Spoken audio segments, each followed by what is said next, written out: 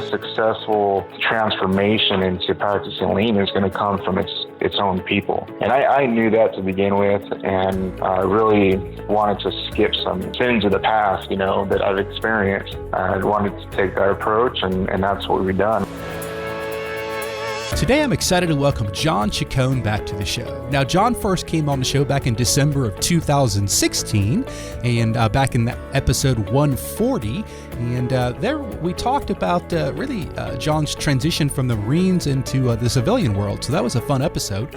And today, I wanted to just basically catch back up with John and see what's been going on since he last came onto the show. And we had a really fun talk, really kind of exploring a situation many folks encounter, and that is going from one company to another, and both companies are practicing continuous improvement at different levels. And so how do you match the two? When you go from one and you think everything's got to be done that way, and you go to a new company and you learn it's not done that way. So we cover that. And then John actually does a great job kind of talking about his interactions overseas. In particular, he's been to Thailand, China, and India, rolling out lean in those countries. And so we had a really, really good chat about that. And I think you're going to enjoy the show. The show notes for this episode can be found over at gembapodcast.com. Just look for episode 249. You can also check out a fully functional Gemba Academy trial over at gembaacademy.com. Okay, enough from me. Let's get to the show. All right, John, welcome back to the show. How's it going, man? Good, Ron. Thanks for having me, man. How's it going? Yeah, really good, really good. Yeah, so I was looking up before we started. You were on the show. We were chatting, and you were like, "Yeah, it was about a year ago when you were on." And I'm like, "Oh, okay, a year ago." So I went and looked, and actually, it's more like 2 years ago, my man. It was December 2016. The last time you were on, it was episode 140. Yeah, I sincerely thought it was about a year, but that really sums up how fast things have been going. That what felt like a year ended up being a couple of years. So that's right on par there. Yeah, time flies when you're having fun, right? Exactly. Yeah. All right. Well, good stuff. All right. Well, it's not your first rodeo here on the podcast, John. So you know how we like to get things going. Like to start with a quote. So do you have one? Yes, I do. It's my new favorite. It's an African proverb, and it is: if you want to go fast, go alone. If you want to go far, go together. What's that one there really kind of struck me as sometimes what happens when you're practicing continuous improvement as practitioners. We know that we can improve things really quick, and we can just kind of go and do lean to people.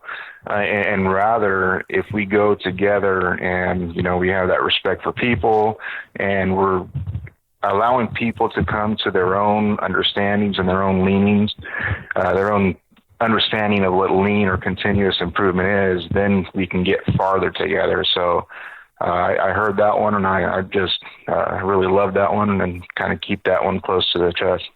All right. Very good. Very good. So, John, in case people haven't listened to episode 140, and I definitely encourage everybody to go back, because I remember that was a really fun episode. Talked about your times in the Marines and all the rest of it. So, but just in case folks haven't heard that, tell us a little bit about who you are. Tell us about your background, and then how you first came to learn about all this continuous improvement stuff.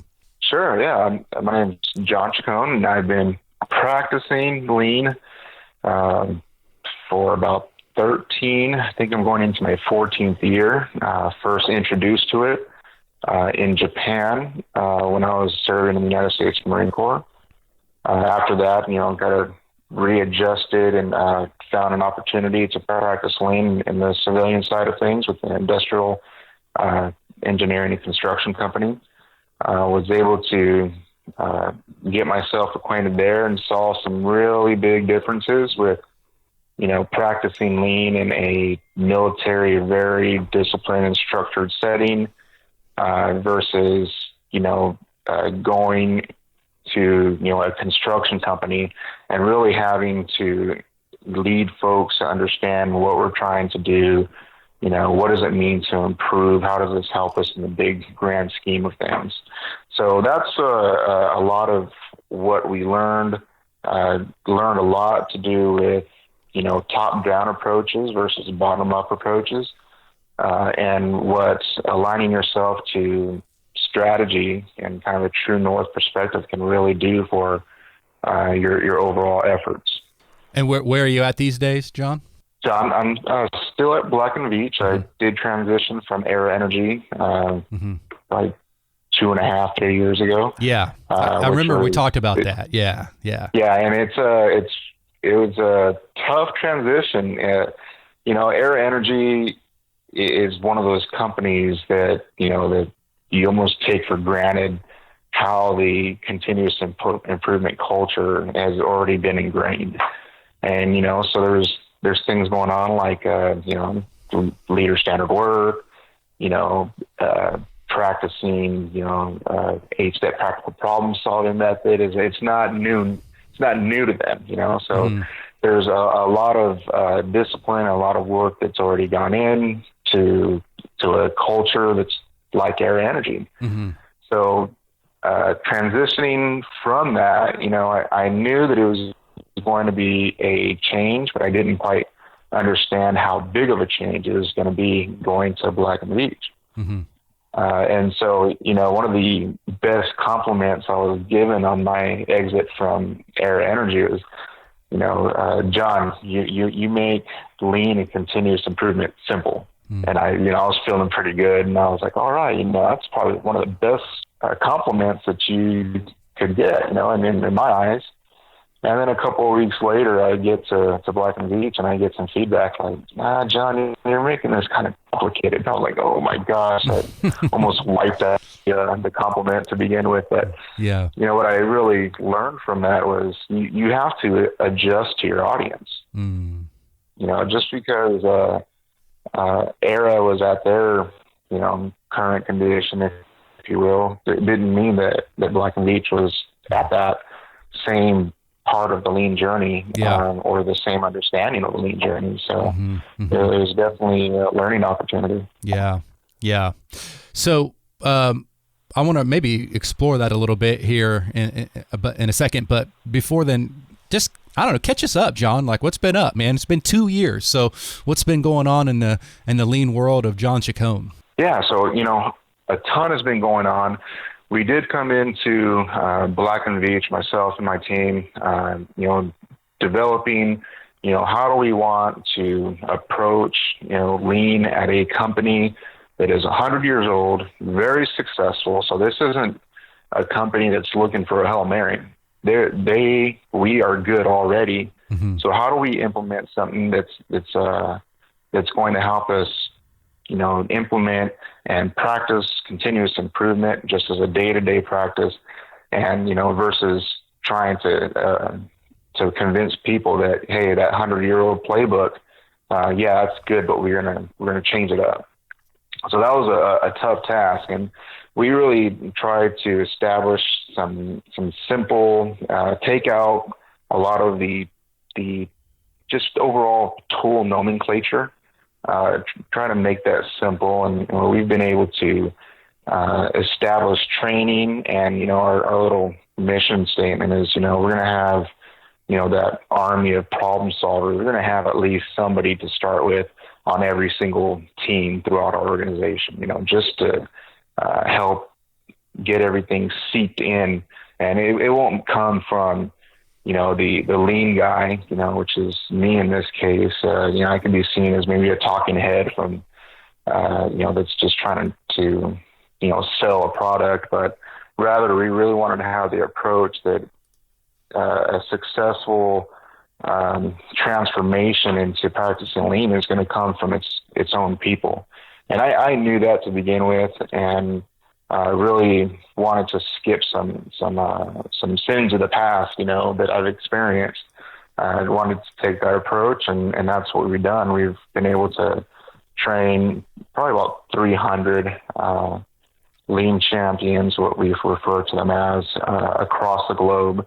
And this is anywhere from, it could be engineers, procurement professionals, HR professionals, definitely within our construction craftsmen and tradesmen, all levels of leadership. So we've been working a lot on our training process, and the other side of what we've been wanting to do is, after training, a lot of times we, check the box and kind of let people go on about their day job. But we then go into some more of a support mode, and okay, everything's really nice and lined out and everything works in training. What does it look like within your own process? What does your value stream look like? And what are the scenarios or the products or services you guys are providing?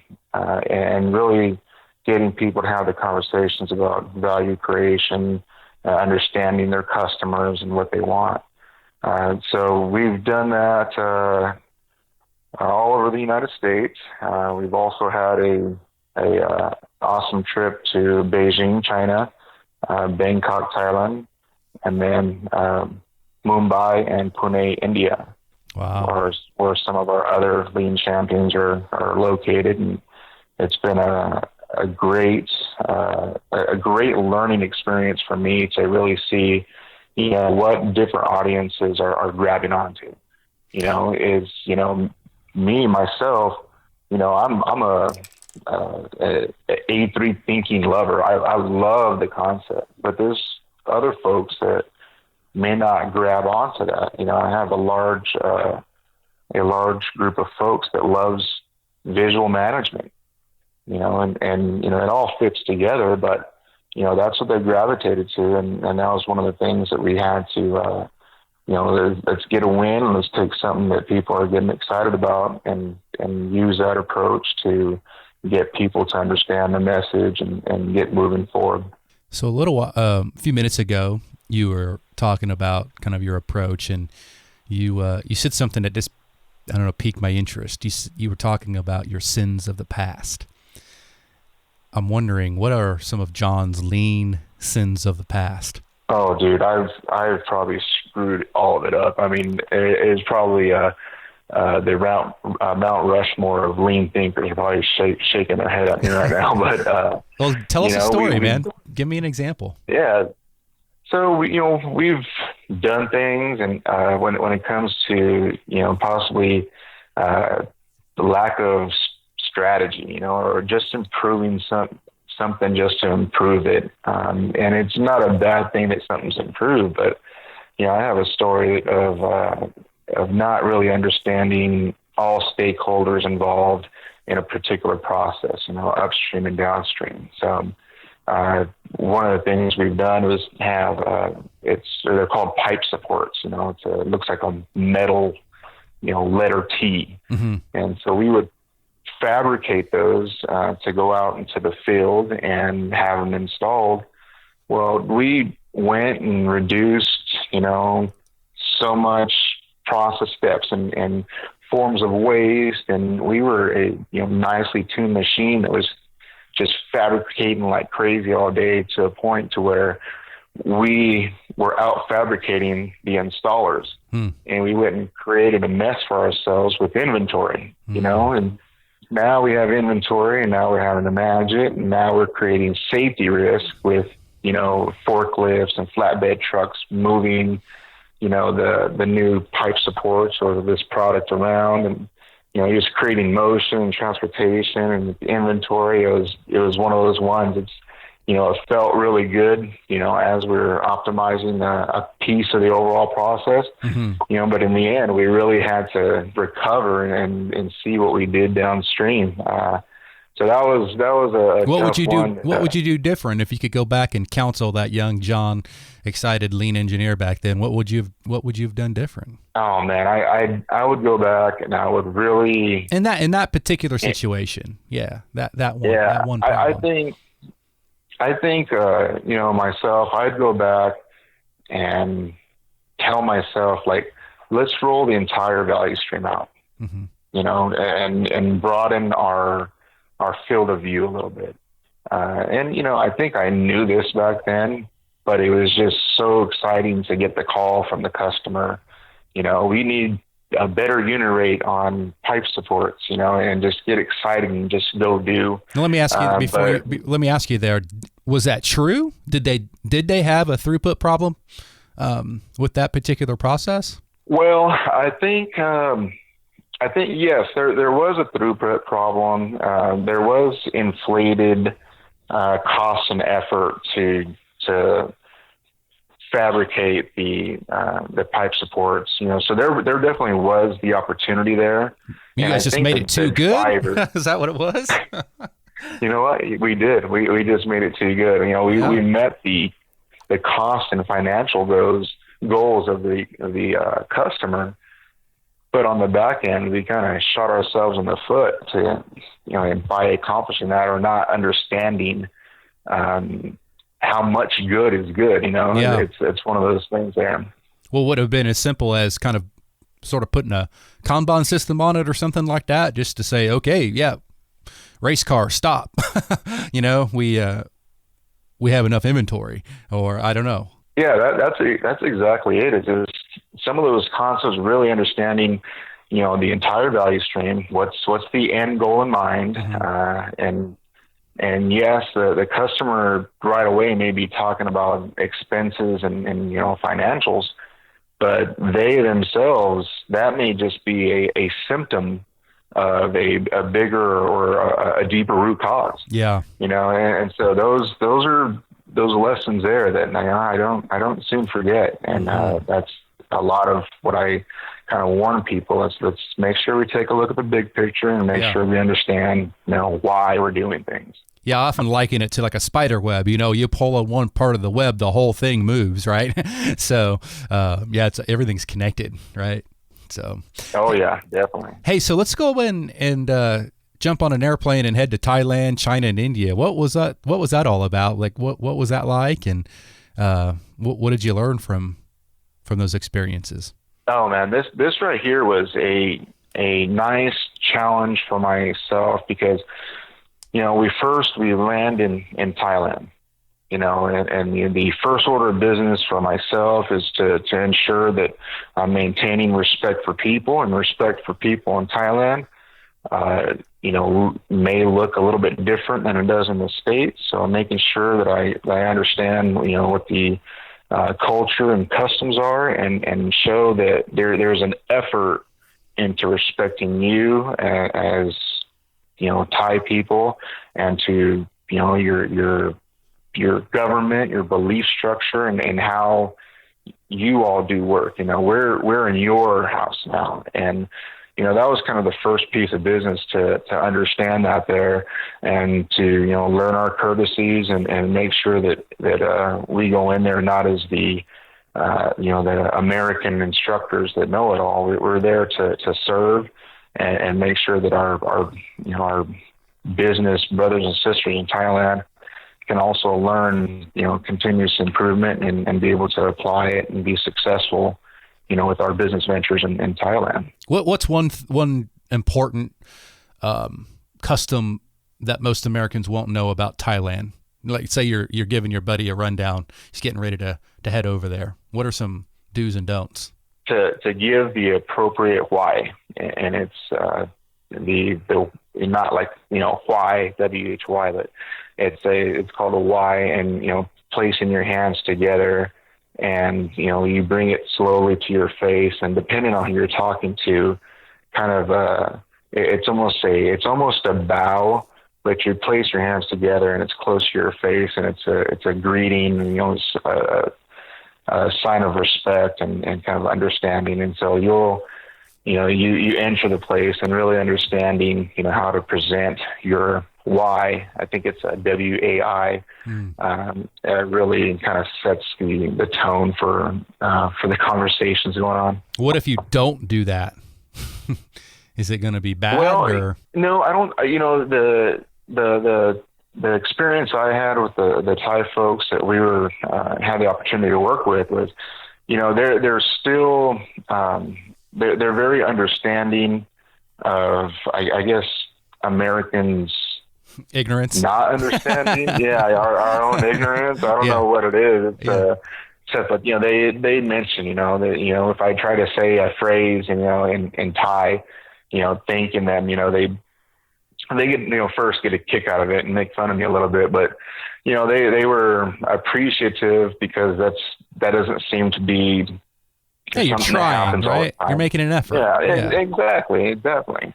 So it doesn't end up in a bad result if you don't present your why in the appropriate way. Mm-hmm. But they understand, and I think it's a little bit more of a benefit to show that respect. Yeah.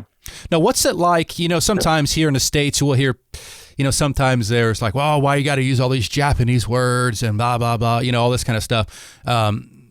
Is there anything like that in Thailand? I mean, obviously not a Japanese kind of based.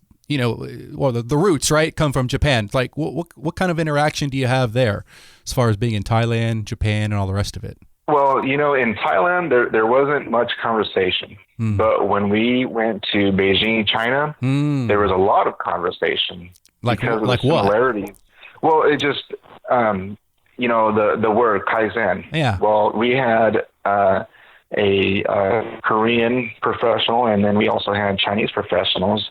And the word kaizen is also gaishan, and I forget the Chinese, but I mean, they're so similar that when we say this word kaizen, and talking about the continuous improvement, they were able to take that and take the similarities, and then I was able to have some folks present the word in their own language and their own writing because it was so similar. So that was really great, and especially when it came to the term kata, another Japanese word, and we'll explain it in English for our U.S. professionals, but they took kata and explained it masterfully, just being able to make the correlation to martial arts and what your routines are, and it's almost your practice to create or become a master of your art. And it's just like, well, I guess I'll go ahead and take a seat now as I'm explaining these concepts, because they were able to just take it and expand on it, and it was a nice it was nice to see the way that we've taken some of these concepts and words, and I don't speak Japanese. I don't really know. All I know is what I've learned or read. But to take these concepts and then have someone that understands or able to make a relationship with their own language and hear how close we are in our understanding and in our delivery of it was a great learning experience. Now, what was the the lean experience like there in Thailand and China? Perhaps it was different in both places, as far as their level of existing understanding or willingness to learn. Well, there's in Thailand, there's definitely a willingness to understand and learn. One of the challenges that we had in Thailand is from my understanding and from what I observed is that Thai folks are not very confrontational. So if we have a person of leadership, it's going to be a little bit more of a stretch for them as someone that a subject matter expert to, in a figurative way, pull the andon cord to say something's wrong with the process. That's not something that's an easy ask for them. And so because it may be received as being disrespectful or being insubordinate. So really making sure that we talk about this. We did provide some leadership factors to their leaders, but that's not something that you're going to change overnight. It's going to be one of those things that has to be introduced to leadership so that they understand, what's going on, what their role is in all of this, and that we are truly asking people to not just do the work in the current process that we have, but to improve the work at the same time, and those are some of the things that we really had to manage and be aware of. Mm-hmm. Mm-hmm. So what about India? What was the experience like there? India was as equally as awesome as Thailand and China. In India, we had a lot of folks, and they're just above and beyond good-natured folks. They really have a lot of fun with understanding their own processes and creating conversations about the concepts and everything. I think that one of the funnest pieces about India, I don't think I'll ever forget it, was after we finished our session in India, the entire class, we had about 30 to 35 participants line up to give myself and my co-facilitator a hug on the way out. So, I mean, it was really just humbling experiences, and to see now, we definitely keep up with all of our trainees that we have all over the world, but see a story how they were able to reduce, some process steps or deliver, a engineering drawings, 2 days sooner than they ever had before, or just the little improvements that we're seeing and that they're communicating back to, our corporate marketing team and the stories that come out. It's been great to see that, that they accept it, they understand it. It's one of those things that you'll go somewhere and you hear the common pushback is, I thought this was for manufacturing. Mm-hmm. And it's like, well, no, but we have customers, we have processes, and let me guess, they can be improved, mm-hmm. So let's look at it that way so we can actually achieve our overall purpose. And, and people would really catch on to that is there's a process for everything that we do.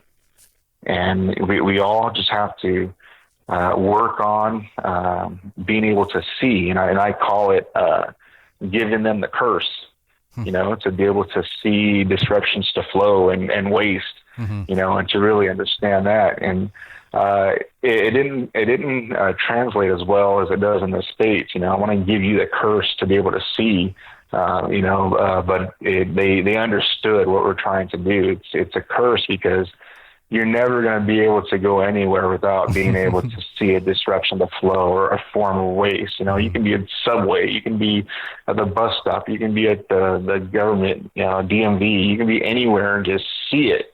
And that's the curse there is we want to be able to see it so that we can address it. And they really grabbed onto that. So that was a great experience. Yeah. To whom much is given, much is required, right?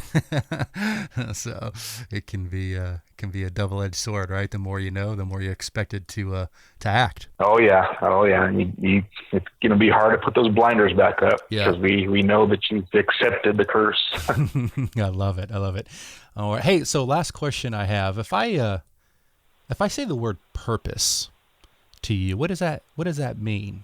Purpose.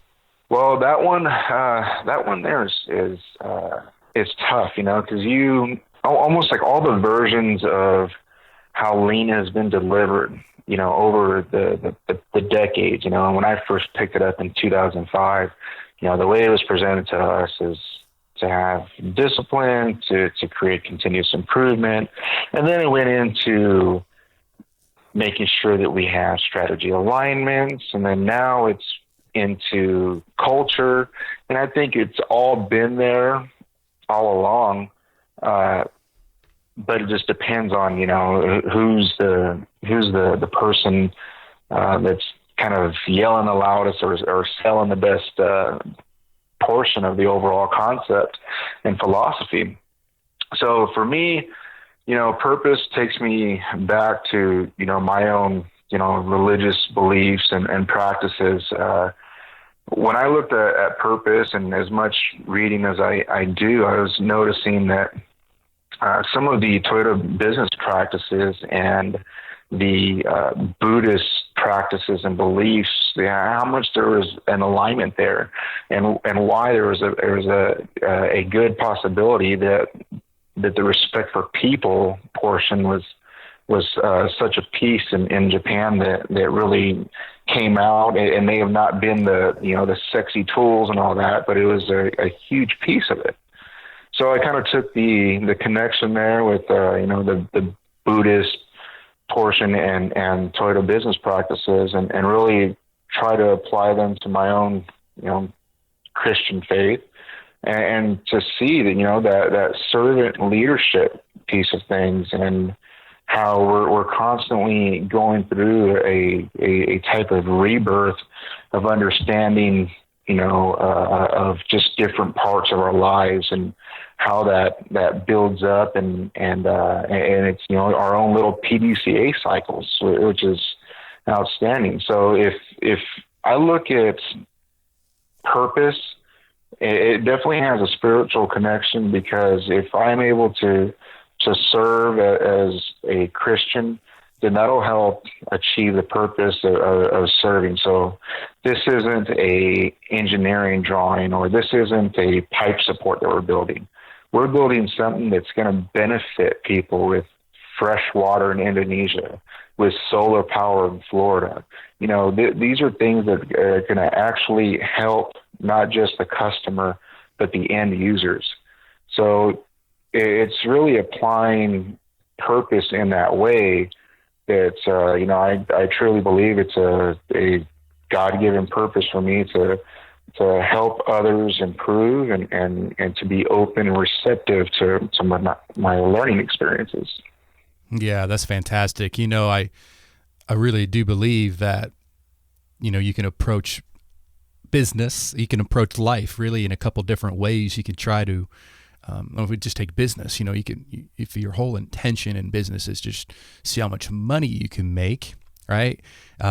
You can take different strategies, right, to do that. And you might be successful, but you might leave a lot of, wreckage behind you, right? And so at the end of the day, or at the end of your life, you're going to look back and be like, yeah, I made a lot of money, but golly, everybody hates me. And, and I destroyed a lot of lives and all the rest of it. And like, what kind of legacy is that, right? Versus turning it around. I think you can approach, for sure. We know if you're in business, you want to be successful. I'm a business owner and we want to be profitable to take care of our employees and all the rest of it, right? But I've learned this from Paul Akers. He said one time, quit trying to make money, and instead fix what bugs you.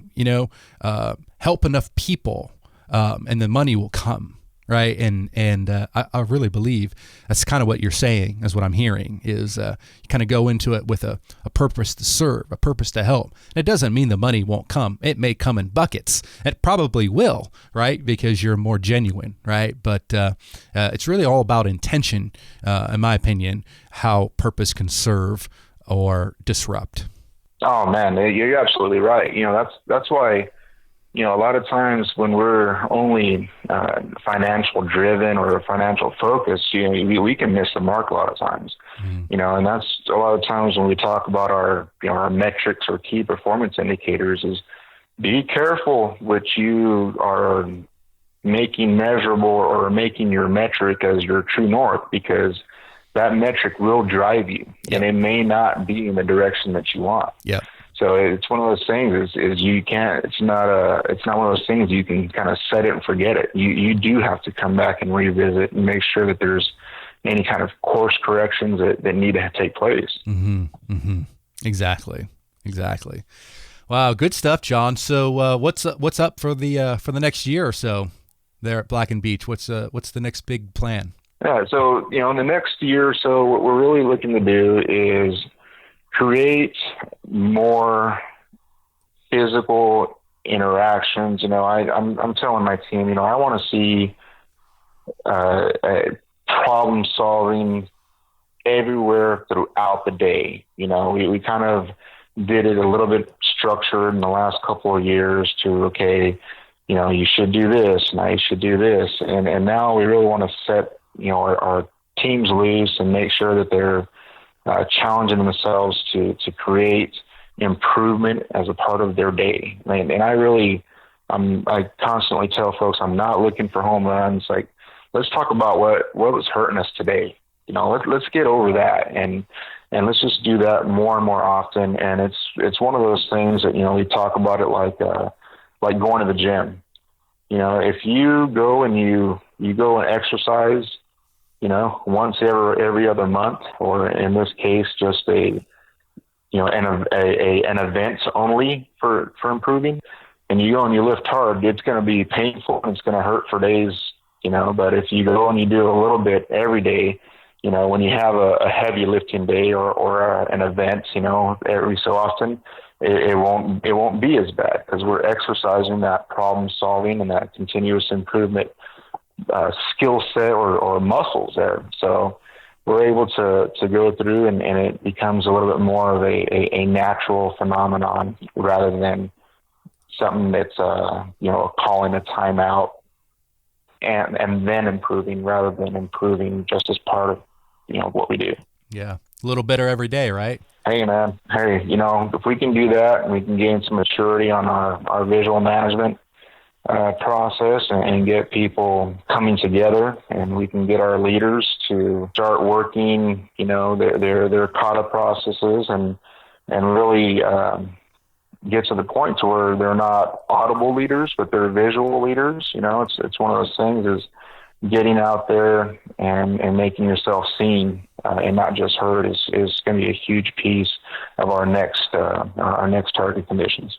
Speaking of kata, have you ever thought about getting out to KataCon? I have thought of it. Let's see here, at AME a couple of years ago, I had a chance to do a kata session with University of Michigan. Mm-hmm. But we are doing a little bit of strategizing for 2019 to see, what's going to be our approach. Is it going to be AME? Is it going to be KataCon? Is it? Well, I don't want to put them up against each other, because we'll be at both and we like them both. But KataCon is for Toyota Kata purposes, it's the best. And this year it's going to be pretty crazy. I don't know if you heard, but Jeff Liker and Mike Rother are both going to be there and celebrate. It's 5-year anniversary for KataCon, 10-year anniversary of the book Toyota Kata, 15-year anniversary for Jeff Liker's Toyota Way, and then 20-year anniversary for Learning to See, which is Mike Rother's Learning to See, or value stream mapping book. So yeah, we're big sponsors of it this year. We're going to be putting on a little party for Mike and Jeff, and it's going to be pretty special. So yeah, it's February 18th and 19th, man. You should come. We're trying to get soak up as much as we can. That's for sure. There you go. Very good. Good stuff. All right, John. Well, hey, how can people connect with you? Yeah, you can go ahead and connect with me through Twitter or Instagram. It is Lean Like a Chacon. So just Lean. A like Chacon. So, it's out there on Instagram, man. On both sides. Instagram. How old are you, man? Just kidding. That's so cool. I don't never even followed any lean people on Instagram. Hey, you know what? There's some folks on Instagram. It's not as heavy as Twitter, but it's if we want to get to the point to where we're speaking, continuous improvement and lean, to the future generations and making sure they understand so they can improve. We got to meet them where they're at. Yeah. And yeah. No, my daughter tells me that, that things like, Facebook may not be the one that's where everyone's at anymore. So I got to go and hit Instagram. But I'm going to ask you a question, John. I want an honest answer. All right. Are you on Snapchat? I'm gonna go ahead and be real about it. I do have a Snapchat. So you can monitor your daughter, right? Well, let's not give out all the tricks here, but yeah. It is for that. I don't really get it, but I try. So yeah, I don't get it either. I'm like LinkedIn, man. I'm boring, Yeah, I do have a Twitter account, but I just don't have any time for that stuff, man. I don't know how people do it. Yeah, it's tough, man. You guys, you have a lot of folks on Twitter, especially, that just lay out some great stuff. If you're beginning with your journey, Yeah. or if you're just trying to get some interesting tidbits, man. There's just great Yeah. stuff out there from a lot of great, lean thought leaders. Yeah, exactly. Good stuff. All right, John. Well, thanks again for coming on. Keep up the great work, and let's not wait 2 years before you come on again. You know? Right.